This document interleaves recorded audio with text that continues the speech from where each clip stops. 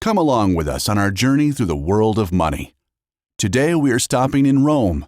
We are in the year 1268 AD. A woman clad in elegant garments is depicted on this coin.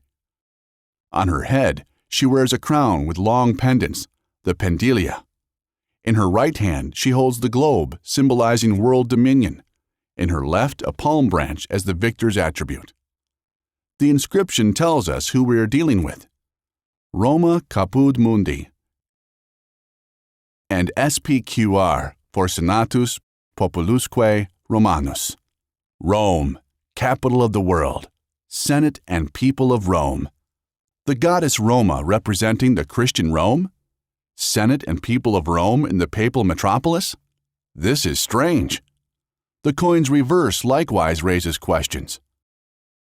The lion is really not that unusual. The inscription is, though. It reads, Corallus Rex Senator Rubis, thus King Charles, senator of the city of Rome. Who was this Charles? What was he king of? And why did he call himself senator at a time the Senate was long consigned to history? To answer all those questions, we have to take a look at events happening about 20 years before this coin was struck. In December 1250, Frederick II, Holy Roman Emperor and King of Sicily, died. He ruled southern Italy, and he would have loved to likewise rule northern and central Italy. He spent half his life fighting wars over those territories. In doing so, he made himself a bitter enemy, the Pope. Between the Empire and Sicily, the Pope was on the horns of a dilemma. No Pope could allow Germany and Sicily being united under one single ruler.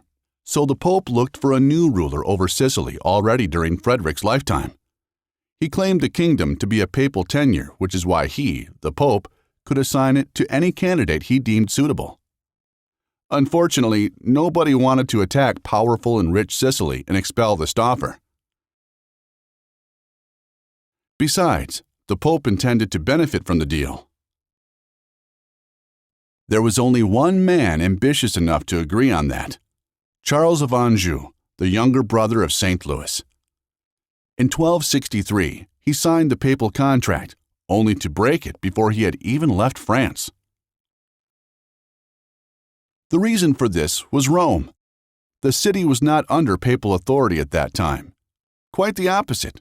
The Roman nobility tried to behave like an autonomous republic, like Florence or Venice. In this situation, Charles of Anjou came in handy. The Romans appointed him senator, highest-ranking official of their commune. That was a clear breach of contract. Charles had promised not to assume any kind of office in Italy. Yet there he was, head of Rome's executive body. But the Pope had no other option. There was nobody, instead of Charles, he could have enfeoffed with Sicily. So he gave in. On May 23, 1265, Charles of Anjou took up residence in the Senator's Palace in the Capitoline Hill. On June 28th, 4 cardinals crowned him King of Sicily. It took only one single battle to defeat his rival Manfred, the illegitimate son of Frederick II.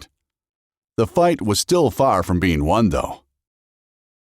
Conradin, the grandson of Frederick II and thus rightful heir to Sicily, embarked to conquer the kingdom. When he left Germany, he was only 15 years old.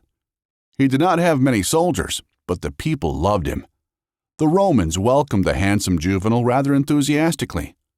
He was a man to the masses' liking, young, energetic, fair-haired, and promising. Only 1 month later, his army was crushed, and Conradin a prisoner of Charles of Anjou. Charles had the last member of the Staufen dynasty publicly executed in the marketplace of Naples on October 29, 1268. The nobility was appalled. Charles thought he had finally prevailed. No other rival was on the scene. Sicily was his. Rome humbly submitted to him. Charles resumed office and, as a senator, regained control over the city. He was head of defense, legislature, financial, and fiscal affairs. In a nutshell, this coin, on which he calls himself Senator of Rome, testifies to his comprehensive victory. The next item on his agenda was to clear the massive debts he had contracted in order to capture Sicily.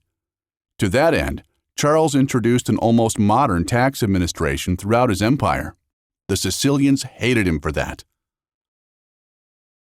A riot broke out. The nobility of the country vented its anger in the Sicilian Vesper. They sent for Peter of Aragon. Anjou and Aragon started a war that was to last for decades. It turned prosperous Sicily into one of the poorest countries in Europe. Thank you for listening, and you can find more podcasts about coins and money on the Sunflower Foundation webpage.